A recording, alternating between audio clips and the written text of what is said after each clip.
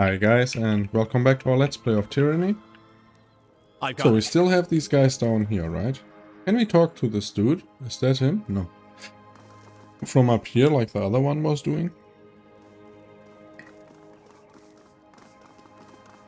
Doesn't look like it. Okay. What happens if we lower the bridge? There's the cave the other ones want. And there's a rope up there. Let's see what this guy has to say. The man bound before you wears this favored violet crusted with patches of dried blood. The faint blue light of an oath-bound scout's sigil shimmering unsteadily through a thick layer of grime. He watches you approach from under a lowered brow, his features sunken and dark. His right eye socket seems a bit darker than his left, as if he bears a near-healed bruise, and the sour scent of mingled sweat and urine wafts from him. "Waitbinder," he rasps, then clears his throat. "Apologies. Haven't had occasion to say much today." Who are you? "A brother and a sister of mine served at Vendrian's well. Because they have seen you, I have seen you. And we all saw the way you lit the sky with the mountain spire. We owe you a debt. I've no doubt the general has every intention of honoring it. I am called Hyrax, son of Iperia, oath brother of Marek, currently attached to the Fifth Boreal. Good to see you, the butcher. Good to see the butcher butchered. Would have been nice to do it myself, but I suppose I had my shot at him." He shifts against his bonds, wincing. "And the conscript on the lower level to add the conscripts on the lower level to the pile of corpses, and I'll give you the intelligence I've found since coming here."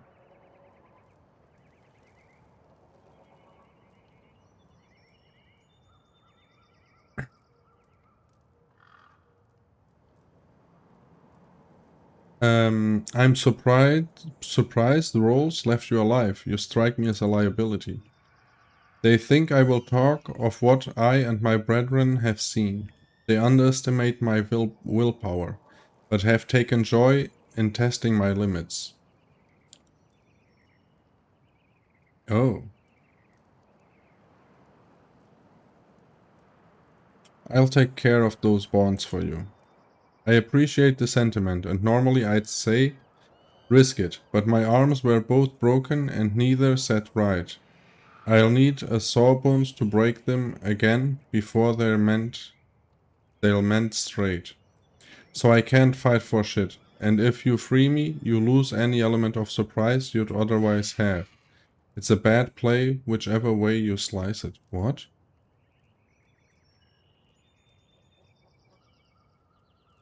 What element of surprise? What is he talking about?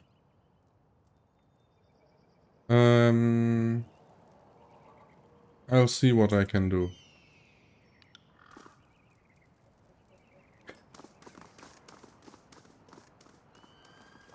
What's he talking about?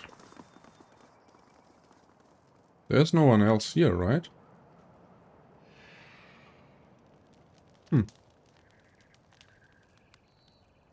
Maybe upper levels, not lower levels? But this doesn't seem to be the main way. But let's go. "You see a very old broken section of the wall. There's a rope hanging down. Climb."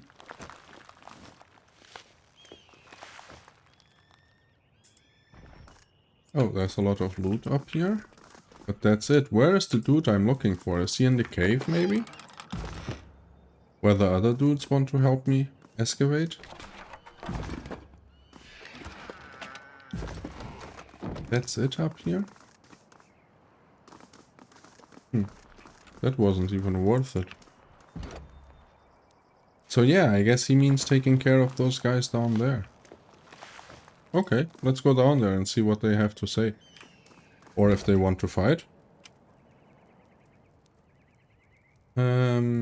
Wait, she has still poison active? Scarlet poison, yes. Okay. No, all of you.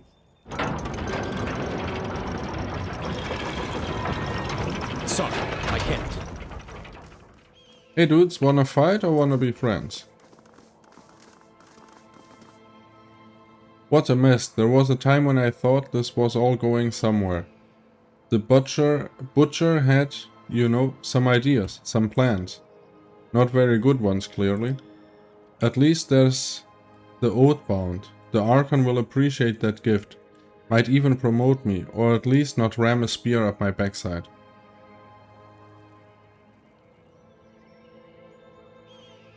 The Oathbound stays with me. But it's not like I can go back to Voices of Narad empty-handed. Worse than empty-handed. Considering lost gear and manpower.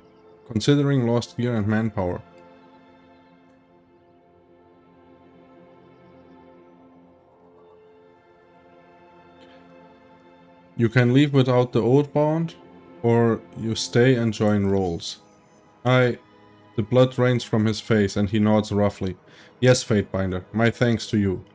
He and his crew shoulder their gear and stumble away. Our time together has not gone to waste. Okay, nice. And a level up. A level up from what? Deal with the Scarlet Chorus, speak to Gwyneth. That's that other chick. You need more...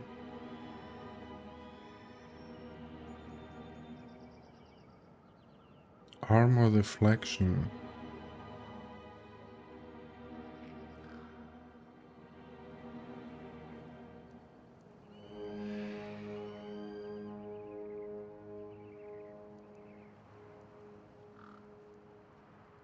So this will give this, right? Parry? It seems parry and armor? Deflection. When a character is attacked, their deflection determines the percentage chance that the attack result is downgraded. Okay. And this...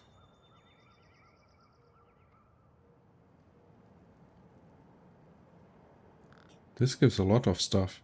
Magic defense, parry, and dodge. Parry and dodge, both?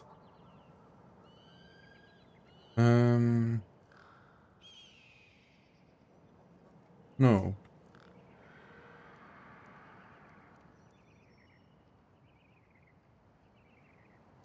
Let's go with ability cooldown, I think.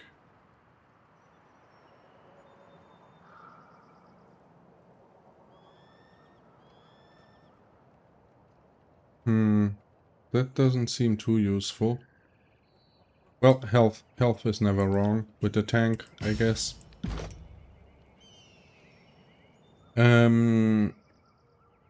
Once per combat, when Barrick health is critical, he will gain a significant armor bonus for a short time. Bond of Honor. Maintain a stance that is equal parts offensive and defensive.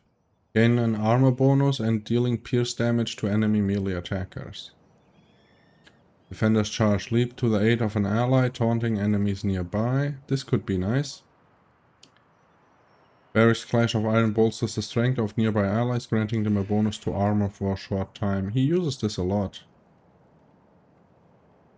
Gains large boost to movement speed for a short time. This is also good. But let's go with this. Save. And... now that the Scarlet Chorus have been dealt with, you should ask Gwyneth about her plan for accessing the cave. Okay, let's see what this guy up here has to say now. I've got it. If he wants me to set him free or not. There's something profoundly wondrous in outliving your enemies. He grins, something feral in the way his lips curls over his eye teeth? What? Something feral in the way his lip curls over his eye teeth. What the hell are eye teeth? Never heard that. Okay. Get these robes off me and I'll tell you why I'm out here. You got that backwards. Tell me what you know, then I free you. He says nothing for a moment, scrutinizing you with narrowed eyes. Fine. My team wasn't the first Iron Guard Achalos sent to this estate. The other never reported back. We were dispatched to recover whatever was left of them. But we found precisely nothing. No gear, no evidence of a fight, nothing that seemed a sign left for other disfavored to find. Then Rolls hit us, at night, by surprise, like a motherless coward. We had set watch, obviously, but one of his mages did something to Corax that kept him from calling out. It was the pain of him burning that woke me and the others. The only reason we were able to kill the chorus man we did, he shudders, then releases a sigh. No one else survived, only the General's grace saved me. We canvassed the area pretty thoroughly before Rhodes showed up. Rolls. Only place we'd stayed out of was the cave in the back. The whole scared Rolls shitless, though. So he closed it up. He looks towards the jumbled pile of stone to the north. Wish we'd gotten a chance to check in there for the first crew. Then at least I'd have something to take back to Ironheart. There, that's what I know. Want to get me out of these ropes? I'll take care of those bonds for you. He didn't tell me anything. Thank you, Fatebinder. Hyrax straightens as you release him, then stretches his joints, cracking loudly. He scowls at his arms, which were obviously badly broken and have healed twisted by his bonds. I appreciate the aid. The Oathbound locks his eyes on yours. Fatebinder, you're said to be a close ally of the General, so there's something you need to know. We had a secondary objective out here. The original reason the Ironheart dispatched the first squad to this backwater. The Legion lost track of an Earthshaker out here a few spans back. Chances are he went as rogue as his Archon before him. We can't have every Tearsman's mother hurling boulders at us, so if he's not dead, he needs to be. He nods. You're our only chance of making that happen now. You know what I know, Fatebinder. I need to return to Ironheart and report in. He looks at his arms. And get these limbs straightened out. No enjoyment in that, I promise, but at least it'll distract me from everything else.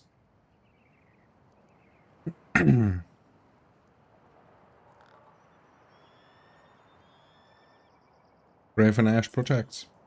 That he does, if only he could do more. Farewell, Fatebinder. With a final glance at you, the Oathbound walks away. Okay. So let's go talk to those other people. Can we open this up ourselves? Or do we need their help?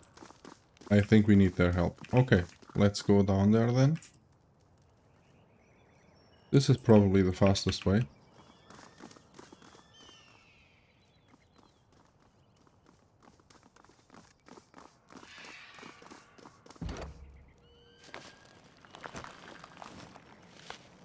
Hey, chick. You don't exactly work quietly, do you? I suppose that ruckus means it's all taken care of, clean and tidy? They're no longer a problem, they're gone. How do you plan on getting into this cave of yours? There was always the chance we'd get stuck out here. That the mountains would move again. Or Kairos forbid, Cairn would come back to finish what he started. So Wags, one of our specialists, he cooked us up an alchemical compound called Ocean's Fire. Burns as fast and hot as a Ratcaster's spell. So, set correctly, it'll clear the cave entrance out in an instant. But if it gets bumped wrong, say by some idiot chorus conscripts, we'll all meet the void well charred.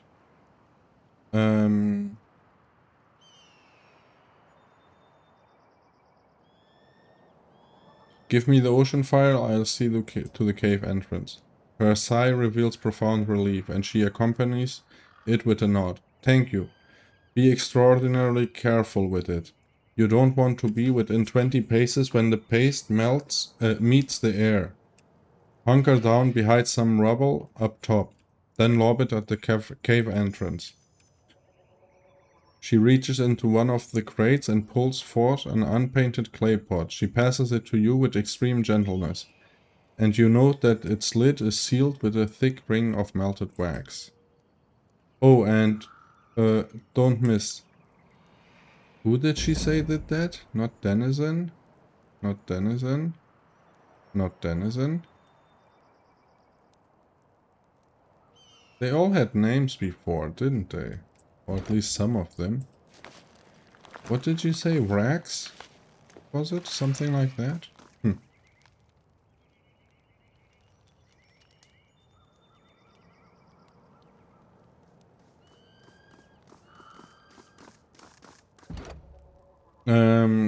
The Chorus collapsed the entrance to this cave, blocking it with huge slabs of heavy stone. Clearing it by hand would be work of a span or longer. Use ocean fire. Okay. Weird name for fire, ocean fire. Right. But it was blue, so I guess it makes sense. Well, let's get in there. See if we can find that sage dude. Oh. That doesn't sound good. I can't move my camera? Okay, so this map is quite small, I guess. Quick save.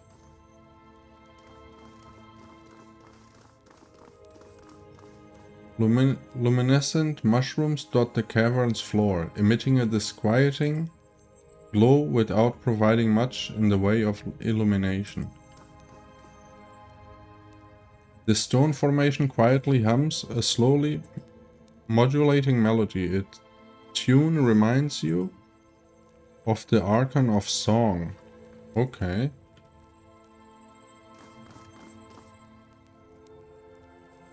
Hillstrider, Mantaborn, and Stonestalker. Where did these guys come from? What the hell? I thought the cave was empty. Or like those other dudes were living here. Well, they don't seem to be attacking us.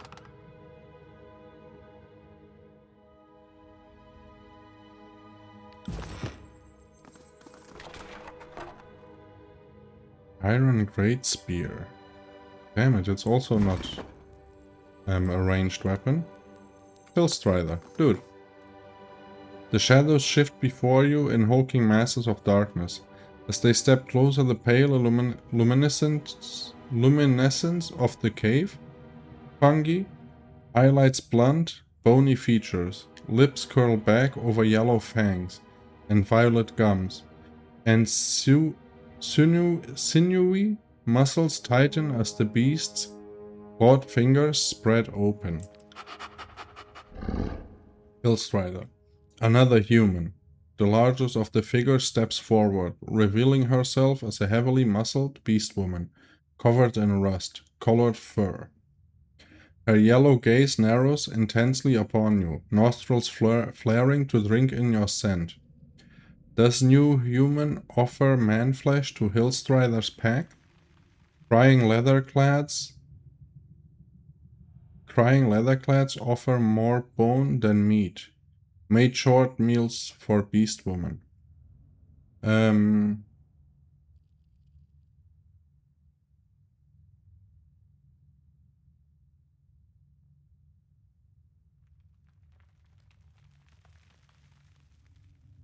I have no quarrel with you, beast woman. I'll simply be on my way. The beast woman licks her fangs, regarding you with a deadly interest.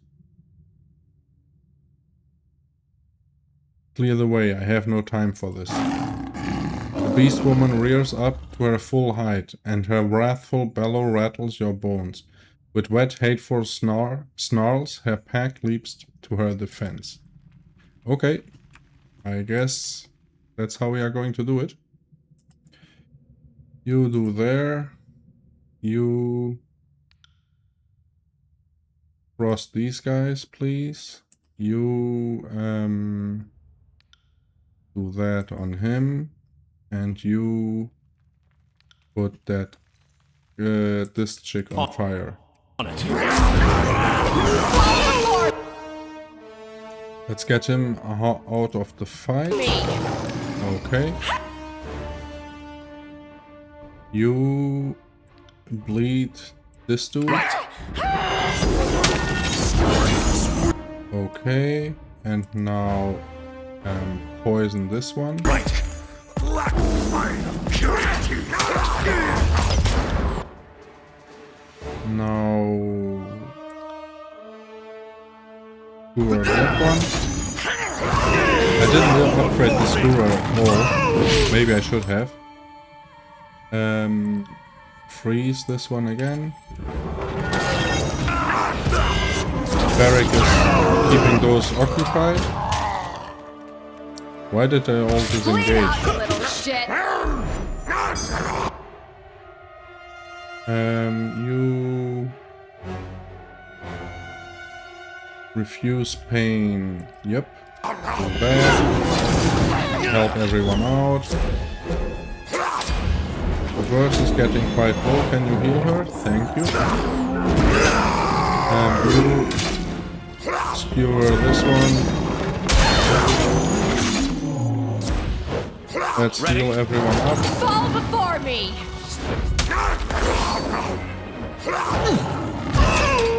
You poison this one. It's the last one left, right? Oh no, this one is still going.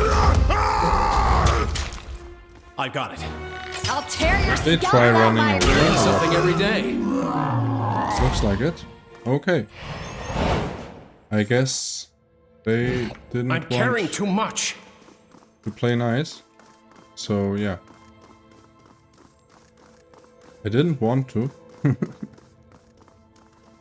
Seems they wanted to. Okay, the cave continues, so it wasn't just a small area. Oh, there seems to be like a little market on. Oh. Who are all these? There's a whole village in here. Whoa. And those beast people, were there like bodyguards or something? There's a huge place in here. Okay, I like that. People hold up here in the old walls?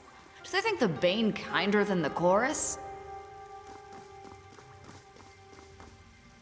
Probably. I'm carrying Find the too leader much. of the refugees. Right. The Fate Binder. How did you... I mean, welcome. Who are you? Mel. Who are these? Bastards wound.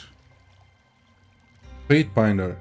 Good day to you. The young man greets you with a smile as distant shouts reverberate throughout the area, steadily growing in volume. As you might have observed, your presence comes as a bit of a surprise. It's an unexpected pleasure, I mean, to receive an esteemed servant of the court. He bows stiffly, revealing a row of multi-shaped quills along his back. Sage Lantry, how did you... what are you doing here? I could ask the very same of you. Taking shelter in the old walls, that takes nerves of iron, or wits of stone. To squat in the old walls. It is a wonder the Bane have not rewarded their hubris with a painful death. Well, this is unexpected. Though I'm glad to see you alive, my young friend. I'm not here to reminisce. I'm with the Fate Binder now, so I'll need to insist that you start explaining whatever it is you're doing here. Welcome, welcome. I'm Scribe Mel of the Vellum Citadel. Though the title means little here, I am simply Mel. You'll forgive me, we haven't been expecting company, so he taps a long quill against his tie. His feather plume fluttering nervously in return as figures in the distance move in rushed motions and speak in hushed panic. What is this place? I struggle with the definition myself, truthfully. We call this place the Bastard's Wound, or just the Wound for short. It's a refuge of sorts, a haven for folks displaced by war and poor decision-making. Everyone that's here discovered this place by chance, but remains by choice. The decor is unorthodox to be sure, but it does come with the benefit of extreme seclusion. No, not that we object to the court's presence of that of the Archons, or that of the Archons. We simply thought it best to unburden you all of the weight of governance. I know you have better things to do than check up on us. We're fine, really, everything is fine. You look past the scribe, taking note of the details in this cavernous area. Giant stone walls flank the space and ascend to an open sky, seemingly shorn apart from one another. Thunderous waterfalls cascade down, nearly ringing the stone-tilled islands that comprise the settlement. Though covered by damp moss and man-made tents, the stone architecture here is unmistakably of the old walls.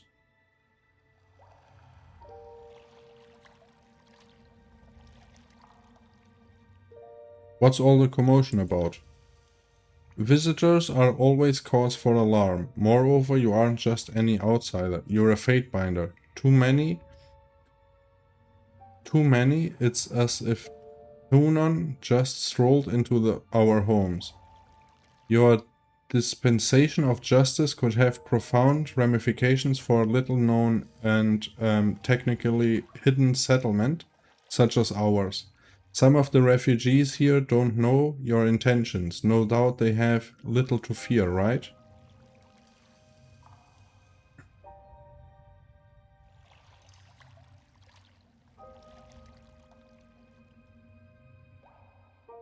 Why are you all here? Entry into the old walls is forbidden.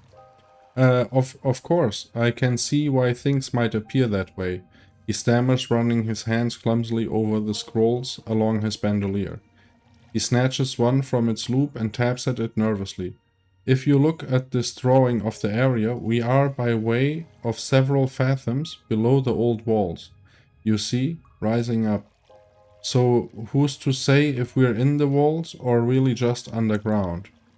I mean, another than Fatebinder, of course. I merely mean to suggest that there's some potential ambiguity as to whether we've really done anything wrong.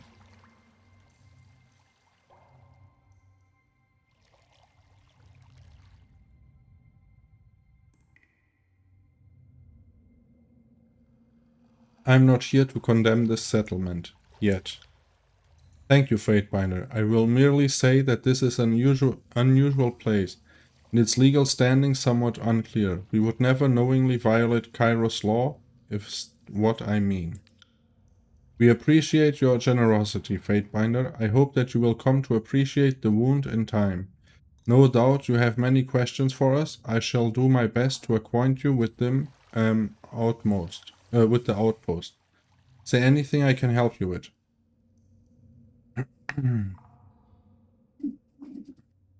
I received a missive from a sage L that directed me here. Know where I can find this person? Sage L? That could only mean Lexim. Contacted you? If I may, in regards to what? I should speak to the sage in person. Master Lexim is sadly not amongst us. He vanished into the lower levels some time ago. She wasn't herself. He furrows his brow, visibly distressed. Life here is rather complicated, and the old walls bless us with numerous mysteries. One of those is unending sleeplessness and affliction that drove her mad. An affliction that drove her mad. Lexim, she's alive? So she survived the Edict of Fire? Landry's eyes widen with surprise, and you hear the clicking of vials as his entire body trembles. Friend of yours? Sage Lexim and I go way back. She joined the school a year before I did, so we more or less ran the paces together. If she's alive, why didn't she try to find me?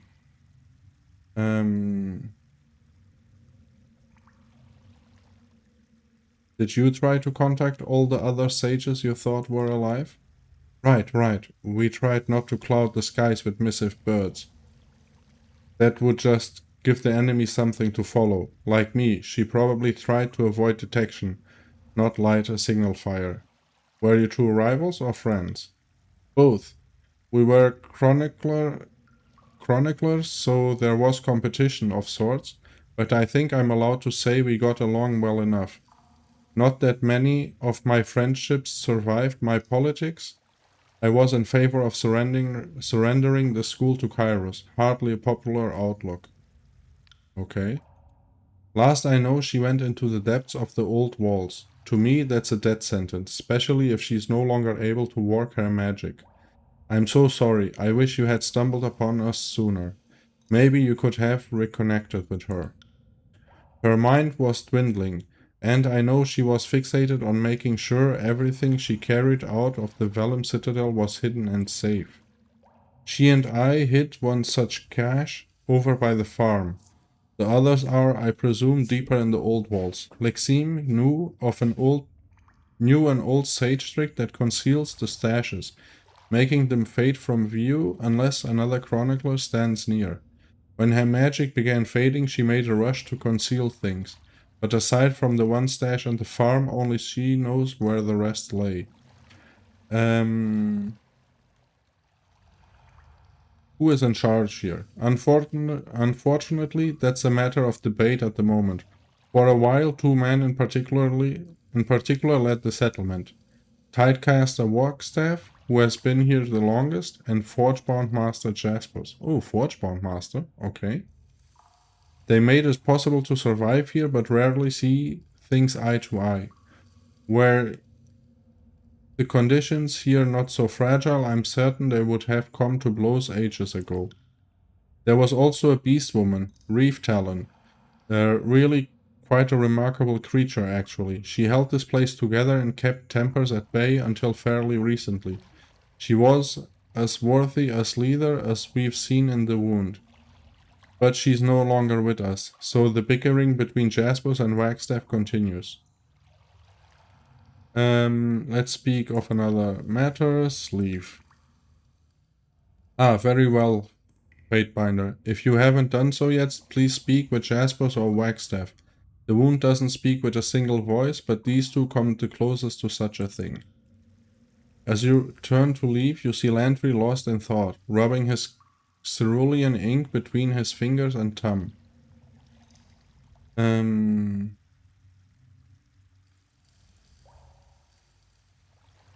on, time to get moving. Well then, onward. Landry chews nervously on his ink-stained thumb. Okay. Explore the cave. Quest completed, Hidden Truths. Sure, Denizen. let's just set up a little village in the old walls. Why not? Merchant Pelagia. Find the Bastard's Womb Farm Chronicle. Oh, we got a level up also. Nice. Let's go with some more health, so we don't die so easily. And then... Moderately increase damage with thrown weapons and allows basic attacks to strike multiple times. Yes, please. Save, and the ones who got away. Well, that's it for now. Let's throw down a save. And yeah, hope you guys enjoyed. Come back for more next time, and I will see you soon. Bye.